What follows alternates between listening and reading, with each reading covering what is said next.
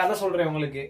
ஒருத்தன் வந்து ஊர் மக்கள்கிட்ட போயிட்டு எனக்கு சந்தோஷம் வேணும், அதுக்கு நான் என்ன பண்ணுன்னு கேட்டிருக்கான். அதுல ஒருத்தங்க என்ன சொல்லியிருக்காங்க, நிறைய பணம் சம்பாதியோ அப்படி உனக்கு சந்தோஷம் கிடைக்குன்னு இருக்காங்க.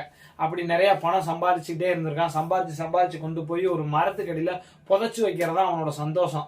அதே மாதிரி நிறைய பணம் சம்பாதிச்சு என்ன பண்ணிட்டே இருந்திருக்கான், அந்த பெட்டிக்குள்ள புதைச்சு வச்சுக்கிட்டே இருந்திருக்கான். அதை ஒருத்தன் தெரியாம யதார்த்தமா பார்த்துட்டு இருக்கான், என்னடா பண்றானே அப்படின்னு சொல்லிட்டு. அவன் பார்த்ததுல இவன் பணத்தை கொண்டு வந்து இப்படி வைக்கிறது தெரிஞ்சிருச்சு. ஒரு நாள் அந்த பெட்டியோட தூக்கிட்டு ஓடி போயிட்டான். இவன் போய் பணத்தை பார்த்துருக்கான். எப்பயும் போல பணத்தை சம்பாதிச்சு சேமிச்சு பெட்டுக்குள்ளேயே வைப்பானே, அப்படி சம்பாதிச்சு வச்சதை தூக்கிட்டு போயிட்டான்.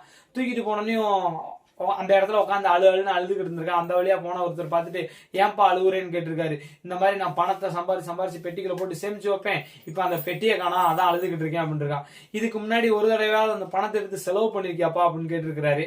இல்ல நான் செலவு பண்ணதே இல்லை அப்படின்னு இருக்கான். இப்பயும் அந்த பெட்டிக்குள்ள பணம் இருக்கிறதா நினைச்சு பார்த்துட்டு போய் சந்தோஷப்பட்டுட்டே இருப்பா அப்படின்னு இருக்கான். நம்ம பணம் சம்பாதிக்கிறத விட ரொம்ப முக்கியம் என்னன்னு பாத்தீங்க அப்படின்னா அதை எப்படி செலவு பண்ணோன்றது. நான் அந்த ஒரு கேட்டகரியில வருவேன். நான் நிறைய பணம் சம்பாதிப்பேன், என்கிட்ட நிறைய